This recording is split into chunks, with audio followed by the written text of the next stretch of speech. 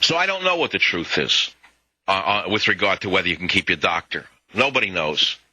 You know, nobody really knows. There's other stories we could talk about as well. It's terrible what's going on in Afghanistan, what's leaking out, the amount of men dying there on a regular basis. Now, why are our men dying all of a sudden? Well, it's true that we've ramped up fighting in Afghanistan, and it's true that the enemy is not so fast to leave his own homeland. He's not leaving. He likes growing poppies. He likes the billions of dollars that he makes in selling opium around the world. So don't think that drug cartels are not involved in fighting our soldiers. You know, no one's talking about that. This is probably the largest drug war in the history of the world, and our military is involved in it. You got the Mexican government fighting the drug cartels in Mexico, and you got the U.S. military fighting the drug cartels in where? Afghanistan.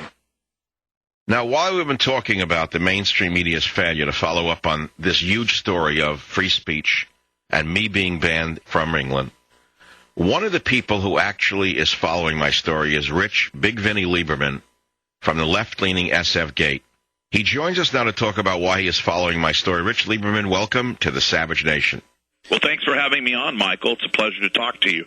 Why did you want to write about my being banned from Britain?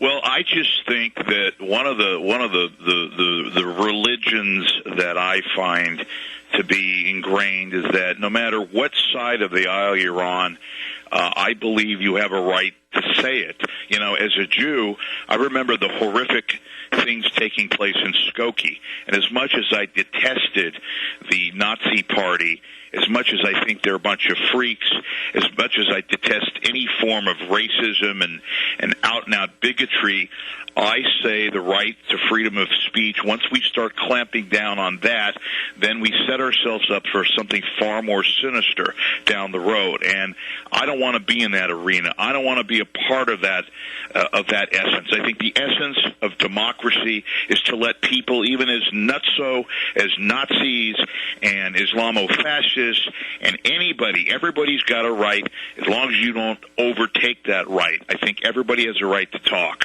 One of the things I like about you, Michael, is the fact that, first off, you make me laugh. I think part of the problem out there, not the real problem, but there are a lot of people out there who say a lot, they do a lot, and then they really don't do anything. And I think your show, it kind of transcends all those other imitators. I listen to a guy like Hannity, who is kind of, in the whole context of everything, irrelevant. He doesn't have the passion that you have. He has passion, but his show is boring. It's the same mail-it-in show every day. O'Reilly, although he begrudgingly supported you, most of his stuff, again, is fairly predictable, and every time he has on that idiot Bernard Goldberg, it makes me yawn. Same thing with the Levins of the world and all these other people. I know there were some folks that came out and supported you. I listen to you. I think you're funny. I think that you provide a very funny element to a side, frankly, that I don't always agree with. And some of your politics I don't always agree with, but you make it entertaining to listen to.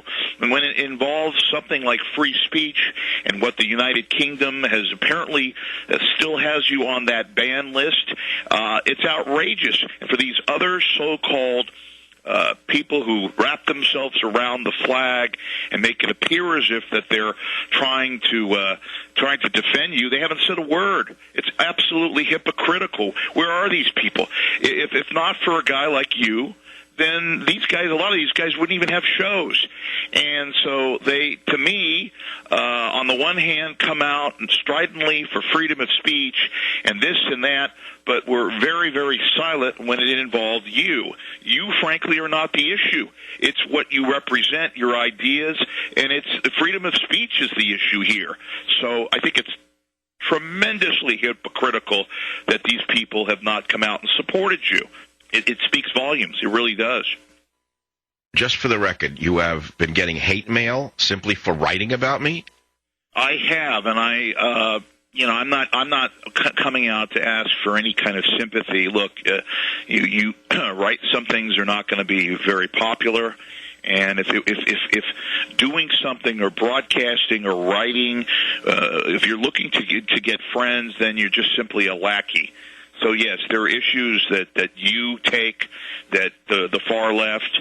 I'm not really on the far left. I'm not on the far right. I've become more conservative because this world, I understand now that this world is not the kind world that we all think it is. It's not just since 9/11. We have a whole pedigree of individuals and groups that don't like our lifestyle, don't like the way we live.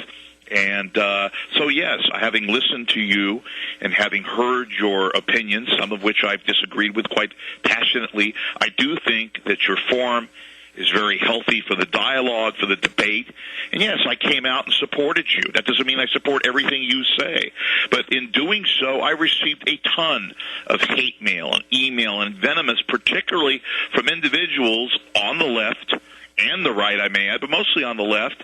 I mean, like I said earlier, the heart and soul of democracy and the essence of it is resistance and being able to agree to disagree. You know, maybe I'm naive. Maybe I just woke up yesterday. But for God's sakes, I mean, let's respect the other side.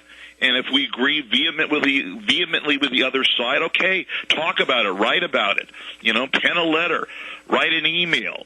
You know, get active. Go out there and do something. So, yeah, I expected it. I didn't expect the kind of voluminous amount of email that I got. A lot of it was hate. So it's given me repause. It's given me a chance to think about how some people on the left, you know, they can dish it out, but they can't take it. I'm very disgusted with that, quite frankly. Where do you think this is going to go? Well, apparently this story still has legs. You know, I mean, as long as the United Kingdom still has you on that list, however artificially it is, I believe that you know, this is not going to go away anytime soon. And I listen to you and know that you are still quite not ready to celebrate. But it'll be interesting to see as the events go on when and if you come off that list. And I know that I believe you when I heard you saying that people were thinking you were doing this for publicity and so forth. And many people still believe that. And I happen to think you have not done that. I think your ratings were pretty good beforehand. And that's my business. I read all the trade papers. I know what ratings are about. I know who listens to whom and so forth. So I don't believe you're doing it for notoriety or for publicity. I believe deep in my heart of hearts, for whatever reason, what you have stated and how this has put you in sort of a bad light. So I guess we won't know what takes place in the future, but I imagine eventually you're going to get off that list, and then we'll react as we do.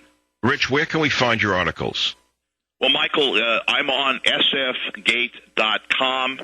That's sfgate.com, and all they have to do is type in either Rich Lieberman or Big Vinny, and they will find my link. I also do a lot of other things, but mostly confined to politics and assortment of potpourri. Rich Lieberman, thanks for standing up for truth and for being a decent liberal. Thanks for being on the Savage Nation. Savage. Michael Savage. Afternoons 3 to 7 on Talk 910 KNEW and online at 910KNEW.com.